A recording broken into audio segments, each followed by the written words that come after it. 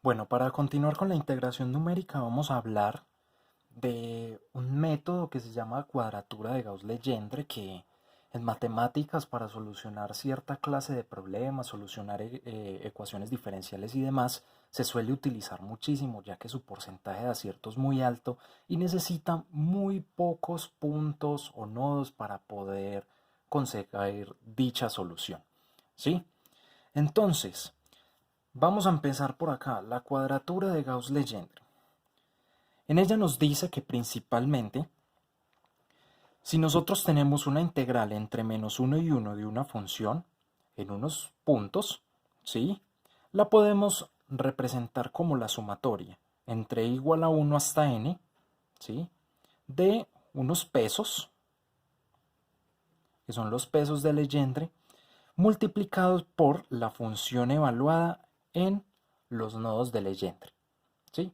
Eso es lo que nos dice la cuadratura de Gauss-Legendre. Podemos representar toda una integral entre -1 y 1 como una sumatoria y multiplicando valores numéricos. ¿Sí? Pero para solucionar los problemas del día a día, pues no lo podemos hacer entre -1 y 1 siempre. Los valores de integración en una integral definida pueden ser cualquier valor que nos aparezca en el momento. ¿Sí? Entonces, necesitamos convertir una integral que va entre a y b, ¿sí? De una función en un espacio x a una integral entre -1 y 1, ¿sí? Para poder utilizar la cuadratura de Gauss-Legendre de esta manera, ¿sí? Para poder solucionar ese problema vamos a hacer un cambio de límites, ¿sí? En este caso tenemos el plano y vamos a dibujarlo de la siguiente manera, ¿sí? En este eje tenemos -1 y 1. Y en el otro eje tenemos entre A y B. ¿Sí?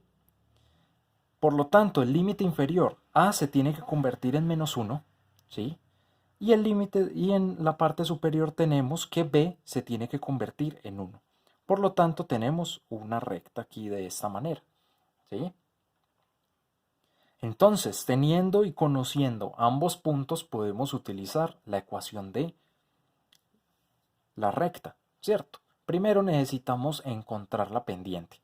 La pendiente la tenemos aquí, entonces sería U, el punto superior, 1 menos -1, que es el punto inferior, sobre el superior menos el inferior. Sería B menos A y nos queda que la pendiente es 2 sobre B menos A. ¿Sí?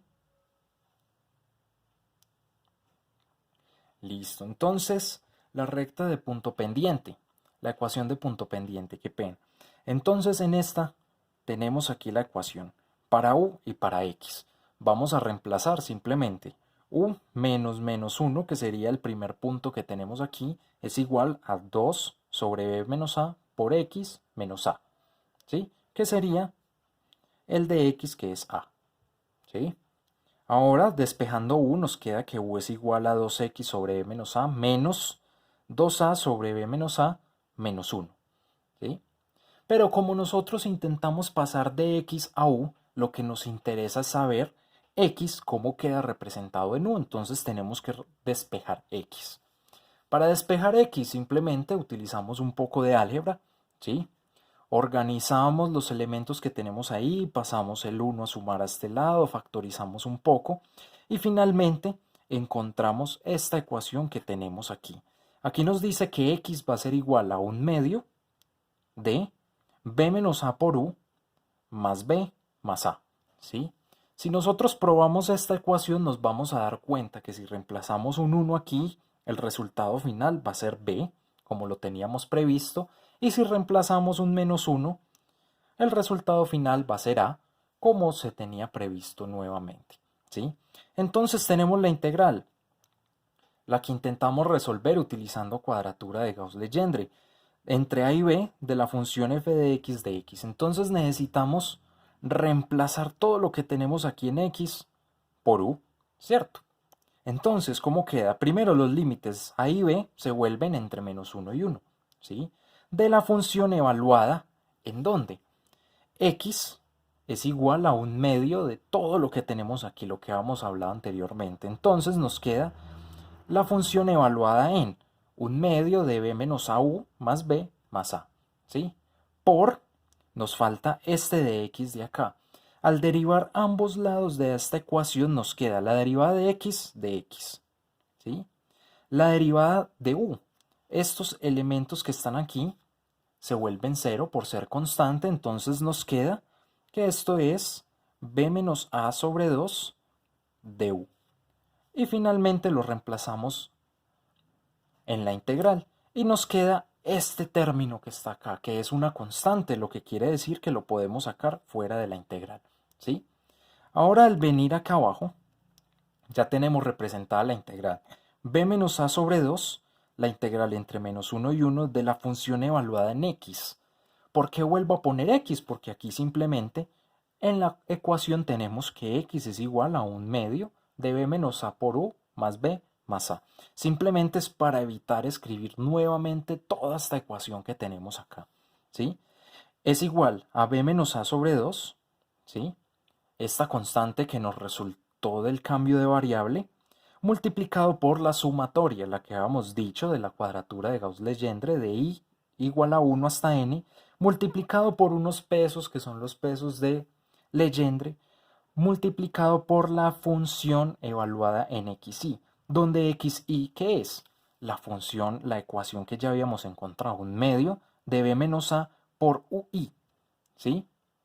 Más b más a, ¿sí? Acá abajo, de esta manera ya tenemos expresada toda la cuadratura de Gauss-Legendre para solucionar cualquier integral definida entre a y b, ¿sí? Simplemente tenemos que utilizar esta sumatoria que tenemos acá.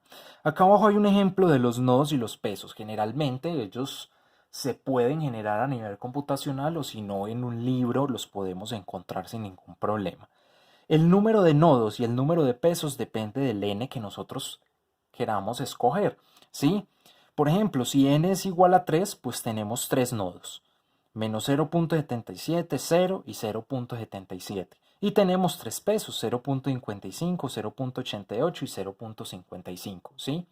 Este n que indica que tenemos más nodos, lo que quiere decir que al tener más nodos es más certera la solución de nuestra integral, ¿sí? Acá tenemos otro ejemplo. Cuando n es igual a 4, siempre se resultan en pares, negativo y positivo, más o menos 0.86, más o menos 0.34, el 0, y aquí nos resultan todos los pesos que necesitamos, ¿sí? Aquí nos dice CI y XI, que XI pues depende de UI, ¿cierto? ¿Cuál sería CI en caso tal que I sea igual a 1? CI sería C1, por lo tanto C1 para un n igual a 3 sería menos 0.77, por ejemplo, ¿sí? O ahora intentémoslo, si I es igual a 2, para un n igual a 3, ¿cuánto vale C2? C2 sería 0, vamos, 1 y 2, ¿sí? Lo mismo pasa con los nodos. Qué pena, aquí estábamos hablando de los pesos, por lo tanto este primer peso es 0.55 y el siguiente peso, que sería el C2, sería 0.88. Qué pena, ahí cometí un error. Esto es todo, muchas gracias.